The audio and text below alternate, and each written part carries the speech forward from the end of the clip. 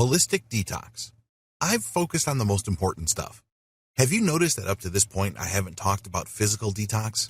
It's because physical detox is the least of your worries. The physical issues that you may have, the financial problems that you are struggling with, the sexual issues that you may be grappling with, all of these are just icing on the cake. This is the tip of the iceberg. I'm focused on what really matters, which is your mental, emotional, and spiritual state. Fix those, and the tip of the iceberg changes dramatically. Fix what's inside, and the outside will take care of itself. Whatever it is you're struggling with and whatever bad habits you may have are just all emanations and manifestations of things going on deep down inside. And this is why this detox system works from the inside out. I'm not saying that I will completely disregard the need for physical detox, but it's just one part of the equation. Start with a mental detox. Adopt meditation and mindfulness practices. Try these 3. You can easily find guides on these meditation mindfulness techniques online. I've listed these 3 since they are the most effective for me. 1. Count your breath. 2. Present object observation or single object observation. 3. Transcendental meditation. Use your increased mental focus to separate your feelings from your external stimuli. You don't have to get upset when your girlfriend says you're a loser. You don't have to immediately feel sad when you remember your mother abandoning your family for another man. You don't have to go off the deep end when that mental image of your boss verbally humiliating you in front of the 300 people flashes into your mind.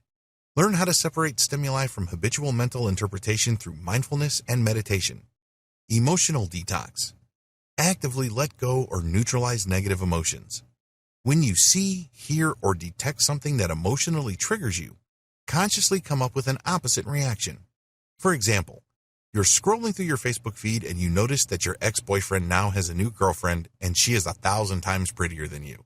When you detect that spark of anger, resentment, hate, or envy because he's moved on, quickly counteract it with feeling happy for him, feeling happy for her. Share their joy. In Buddhism, depression is almost impossible because one of the skills you learn as a Buddhist is to share other people's joy. Be grateful for them. Practice gratitude.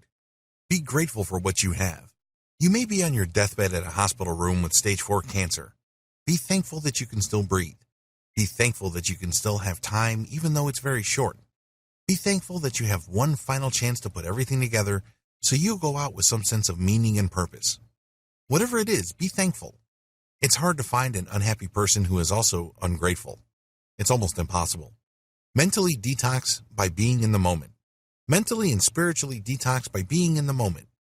Transcendental meditation is good for this because TM melts your thoughts. You're not agonizing about things that happened in the past. All that is pointless because you can't change the facts of the past. The past is the past. It already happened. By the same token, you're not beating yourself up unnecessarily about things that have yet to happen. Why worry? It hasn't happened yet. Instead, you've trained yourself to focus on the moment. There's nobody to become. There's nothing to apologize for. There's nothing to be. There are no people to please. There's no need to be validated. You just are. Let that sink in. Tap the power of just being. There's nothing to compare yourself to. There's nothing to live up to. There's just the present moment. Let go of everything else. Unleash the power of fasting. When it comes to physical detox, nothing beats fasting. Seriously, that's the bottom line. Fasting explained. Fasting is essentially letting go of solid food. Whether you stop eating for 1 day or 40 days, it's all about letting go of solid food. That's the classic definition of fasting. I suggest that you adopt a fast. There are many different variations of this. Different variations of physical fasting. You can do the classical fast, which is water only. You can do the juice fast. You can do the Daniel fast of the Hebrew Bible. Classic fast. Classic fasting simply means you drink only water. However, don't think that you're not eating when you are fasting. You may not be eating physical food, but you must eat spiritual food. This is why I suggest that you adopt a meditation practice, that you keep a journal, and that you watch what you feed your head while you're going through a fast. Feed your head inspirational things that push you to become a bigger and better person than who you think you are. Feed on things that break down your ego and crush your pride. Feed on things that destroy your ears and fill you with a tremendous sense of possibility.